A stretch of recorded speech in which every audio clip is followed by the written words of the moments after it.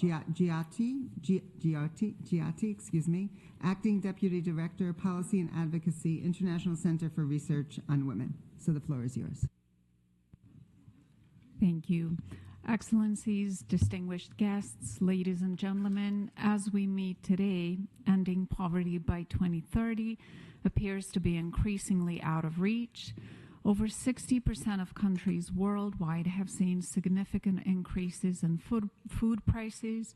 Climate records are being shattered. Global forced displacement is at an all-time high, and civilian casualties in armed conflicts are spiking. The annual investment gap for the achievement of the goals in developing countries is now about $4 trillion, and more than half of that amount is needed for the energy transition alone.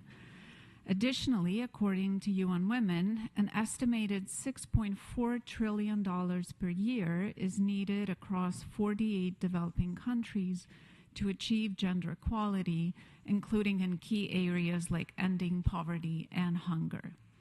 Against these challenging circumstances, the major groups and other stakeholders continue to stress the need for an ambitious multilateral response under the leadership and coordination of the United Nations. UN member states and all other stakeholders should prioritize the following commitments.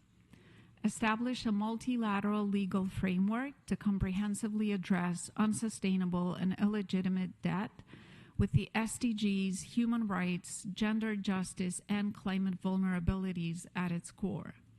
Support the process for a UN Framework Convention on International Tax Cooperation to comprehensively address tax avoidance and evasion and illicit financial flows. The Tax Justice Network has estimated that low-income countries are losing $47 billion annually, and the Malala Fund estimates that this is equivalent to over 20% of education budgets. Review the development outcomes of the private finance first approach and reaffirm the centrality of public investments to provide public goods and services. Accelerate the implementation of ODA commitments to fulfill and exceed the 0.7% target in the form of unconditional grants, and deliver new and additional non-debt creating climate finance, prioritizing access for vulnerable groups, including women and girls in all their diversity.